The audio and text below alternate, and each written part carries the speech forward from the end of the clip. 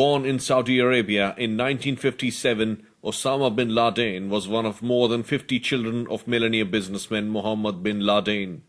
While still a boy, he lost his father, killed in a plane crash, apparently due to an error by his American pilot. With his long grey beard and wistful expression, bin Laden became one of the most instantly recognizable faces on the planet, his gaunt face starring out propaganda videos, and framed on a US website offering a 25 million bounty.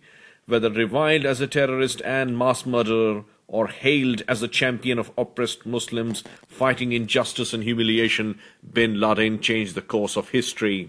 Bin Laden died knowing that he had not only killed almost 3,000 people, including the 19 hijackers, in his attacks on the United States, he had also successfully goaded the United States into pointlessly invading Iraq, damaging US credibility, sacrificing more than 4,000 of its own troops, hundreds of troops of its allies, and more than 100,000 Iraqi civilians, and the cost to the US taxpayer at about $1 trillion, and put the United States on a decade-long war footing. Al-Qaeda sprouted new offshoots in Yemen, Iraq, and North Africa, and directed or inspired attacks from Bali to Britain to the United States.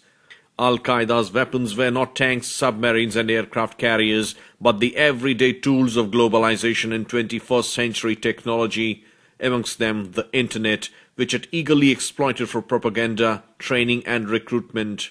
While remaining the potent figurehead of Al-Qaeda, bin Laden turned its core leadership from an organization that executed complex team-based attacks into a propaganda hub that cultivated affiliated groups to organize and strike on their own. Bin Laden was finally found more than 9.5 years after the 2001 attacks on the United States.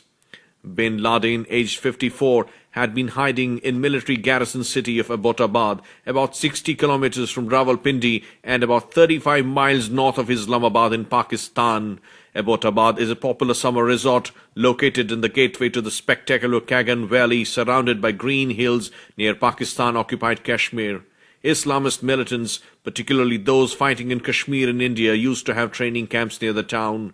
This town is relatively affluent and home to many retired members of Pakistan's military establishment. Abbottabad remains today the headquarters of a brigade in the 2nd Division of Pakistan's Northern Army Corps, and is dotted with military buildings and home to thousands of army personnel. The Associated Press says the house where bin Laden died is just 100 yards from a Pakistani military academy.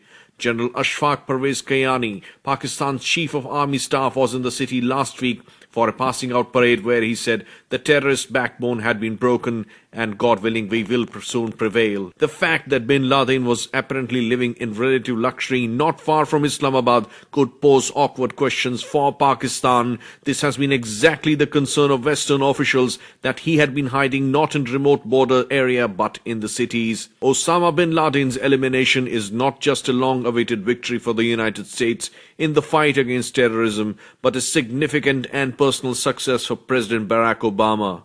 The death marks a psychological triumph in the long struggle, although its ultimate impact on Al-Qaeda is less clear.